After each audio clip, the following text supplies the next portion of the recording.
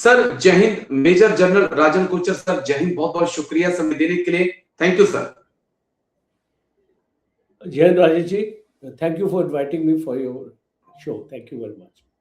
Thank you sir, शुक्रिया आपने समय दिया। माफी चाहूंगा, आज मेरे पास थोड़ा सा लाइट का इशू है, इस कारण उतनी क्लियरिटी पिक्चर में आ नहीं रही है, लेकिन फिर भी आपने समय दिया, इसके लिए दिल से शुक्रिया। कई मेरे जो अग्निवीर भाई हैं जो मुझे बहुत ज्यादा देखते हैं, वो मेरी और आपकी बातचीत को बहुत ज्यादा पसंद करते हैं।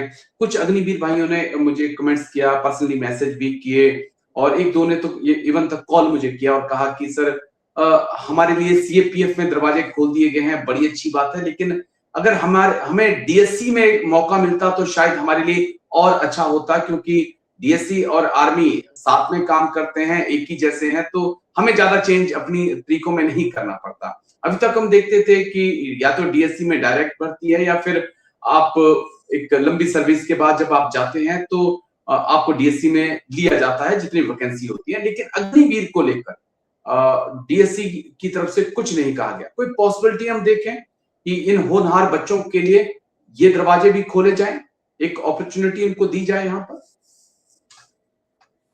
बहुत अच्छा आपका एक सुझाव है। देखिए, डीएससी खास तौर पे उसका मकसद क्या है? जब हमने एक डीएससी को जन्म दिया और हमने इसको लेके आए कि भाई जो हमारी सिक्योरिटी इंस्टॉलेशंस हैं, खास तौर पे हमारे डिफेंस इंस्टॉलेशन हैं, जैसे हमारे ऑर्डिनेंस डिपोज हैं और हमारे पेट्रोलियम डिपोज हैं, और जिस तरीके से हम बाकी इस्टेब्लिशमेंट्स को हम देखते हैं कि एक ट्रेंड मैन पावर आपको मिलता है, और एक वेलफेयर का मेजर भी है कि जो हमारे फौजी इतने यंग एज में रिटायर होते हैं। देखिए, हमारे हवलदार और जो हमारे एनसीओ जेसीओ ये काफ़ी यंग एज में रिटायर होते हैं, तो उनको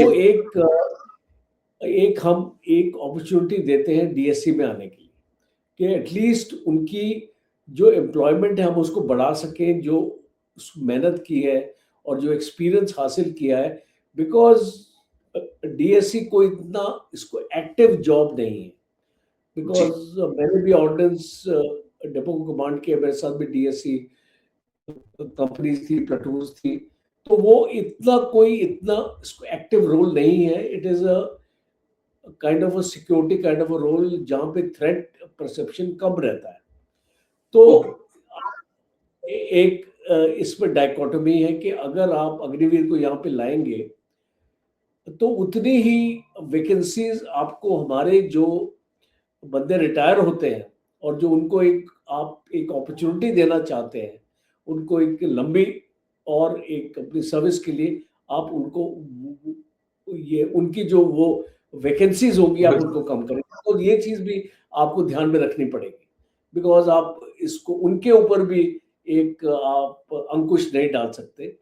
दूसरा, ये लोग यंग हैं और I think CAPF is the best option. ये मेरा पर्सनल ओपिनियन है इसमें।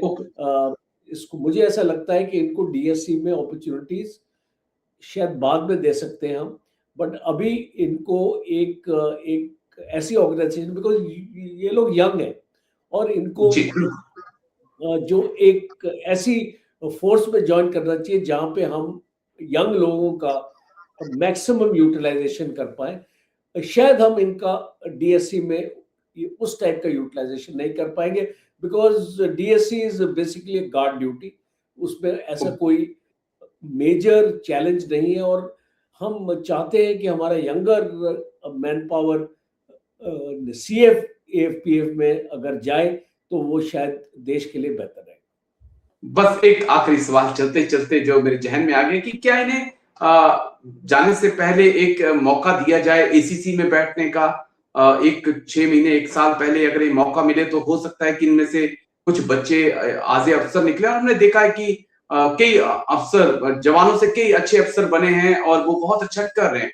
तो क्योंकि 3-4 साल के अंदर कोई मौका नहीं है, जाते वक्त एक मौका हो सकता है, ऐसा मिलना चाहिए।